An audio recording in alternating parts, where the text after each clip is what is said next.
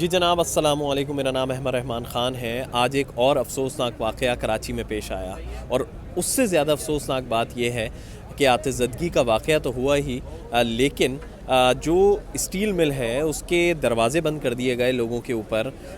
जो rescue teams यहाँ पर पहुँची उनको अंदर नहीं जाने दिया गया। जो फायर ब्रिगेड की गाड़ियाँ यहाँ पर पहुँची उनके लिए मुश्किलात खड़ी कर दी गई उनको अंदर जाने में। और ये मैं नहीं कह रहा, जो रेस्क्यू 1112 के अफसरान यहाँ पर आए वो ख़ुद ये बात बोलते हैं कि जी उनके लिए बड़ी मुश्किलात रहीं। ना तो सर्वे करने दिया उनको अंदर, आखिरी सर्वे जो वो करते हैं, और ना ही जैसे ही फायर ब्रिगेड और एम्बुलेंसेज यहाँ पहुँची थी फौरी तौर पर उनको अंदर नहीं जाने दिया। मैं आपको बताऊं, जो फर्स्ट रिस्पॉन्ड हमारी टीम की तरफ से था उनको भी इन्होंने एक्सेस नहीं दिया था। इस इंतज़ामिया ने जब उनसे आग आउट ऑफ कंट्रोल रही तो उन्होंने गवर्नमेंट डिपार्टमेंट्स को एक्सेस दिया।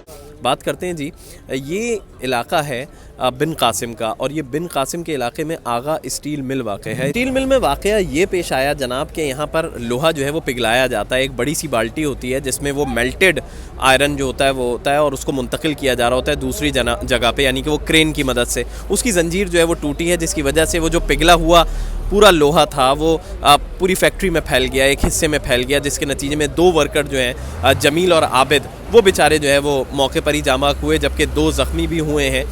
वर्कर से भी, फैक्ट्री वर्कर से हमारी बात हुई है, पहले तो वो आपको सुनवाते हैं।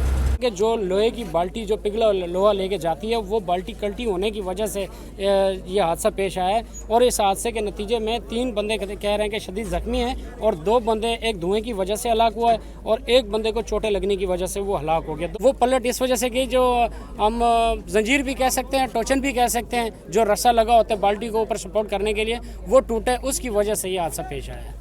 अच्छा जनाब, अब आपने फैक्ट्री वर्कर की तो बात सुनी।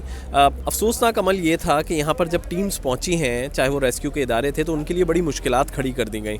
डीजी रेस्क्यू हैं 1112 के, उनसे हमारी बात हुई है। वो भी जो है वो आपको पूरी उनकी गुफ्तगू सुनवाते हैं। हमें जो इन्फॉर्मेशन मिली रेस्क्यू 1112 के कमांड एंड कंट्रोल पे कोई 3:50 पे इन्फॉर्मेशन आई थी, और उसके बाद आपने देखा यहाँ पर टीम्स डिप्लॉय हुई, एम्बुलेंस भी पहुँच गई थी हमारी फ़ौरन, और उसके साथ हमारी फायर फाइटिंग की टीम भी यहाँ पर पहुँच गई थी। और इस वक्त जो स्टेटस है वो ये है कि प्रोसेस कंप्लीट हो चुका है, और पुलिंग का प्रोसेस भी ऑलमोस्ट कंप्लीट हो चुका है। रेस्क्यूअर्स को हमने एक हिदायत की है कि एक दफ़ा और सर्च ऑपरेशन कर लें अंदर, और वो कंप्लीट करके इंशाल्लाह इस प्रोसेस को कंप्लीट कर देंगे। अभी क्योंकि डिफरेंट किस्म की न्यूज़ थी, पहले उन्होंने कहा कि बॉयलर है, लेकिन फिर पता चला कि क्रेन से कोई चीज़ गिरी है, लेकिन अभी इट्स अननोन। जैसे क्लियर होगी हमारी इंसिडेंट साइड आपके साथ शेयर कर लेंगे।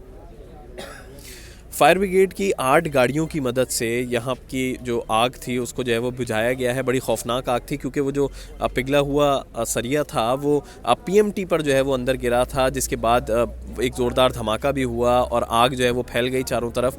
लोग जान बचा के जो है वो भागे हैं। खुशकिस्मती से जो फैक्ट्री मुलाजमीन थे वो एक जानिब जो है वो आए हुए थे, क्योंकि यहाँ पर कोई मीट डिस्ट्रीब्यूशन हो रही थी, गोश्त की डिस्ट्रीब्यूशन हो रही थी, जिसके लिए फैक्ट्री वर्कर्स जो है वो एक जानिब आए हुए थे। बहुत कम वर्कर्स ही जो है वो फैक्ट्री के अंदर उस वक्त काम कर रहे थे जब हादसा पेश आया। इसी वजह से नुकसान कम हुआ है, वरना नुकसान ज़्यादा हो सकता था, क्योंकि वो पिघला हुआ सरिया कोई छोटी सी बाल्टी नहीं है, उसकी वो 40 टन के करीब जो है वो उसमें सरिया होता है पिघला हुआ, और वो जो है वो गिरा था ज़मीन पर, जिसके बाद जो है वो आग फैली है। और वो सिर्फ ज़मीन पर नहीं बल्कि पीएमटी में भी गिरा, ट्रांसफार्मर पर गिरा, जिसकी वजह से आग लगी, और फैक्ट्री में एकदम जो है वो बिजली का भी ब्रेक डाउन हो गया, धमाका सा हुआ छोटा सा, और उसके बाद आग लग गई। फायर ब्रिगेड की 8 गाड़ियों की मदद से यहाँ पर लगने वाली आग को बुझा लिया गया है। लेकिन जितने भी फैक्ट्री ओनर्स हैं, जितने भी मिल ओनर्स हैं, जितने भी स्टील मिल ओनर्स हैं, उनसे मेरी दरख्वास्त है कि अगर आपकी फैक्ट्रीज़ में इस तरह का कोई वाक़या पेश आए तो सरकारी इदारे जो वहाँ पर मदद को पहुँचते हैं उनके लिए दरवाजे बंद ना किए जाएँ, उनके लिए दरवाजे खोले जाएँ। कम अज़ कम जो रेस्क्यू के इदारे हैं, जो फायर ब्रिगेड है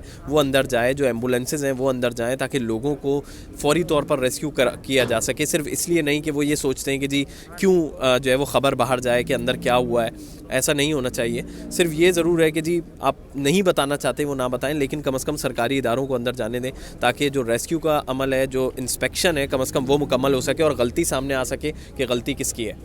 अल्लाह हाफ़िज़।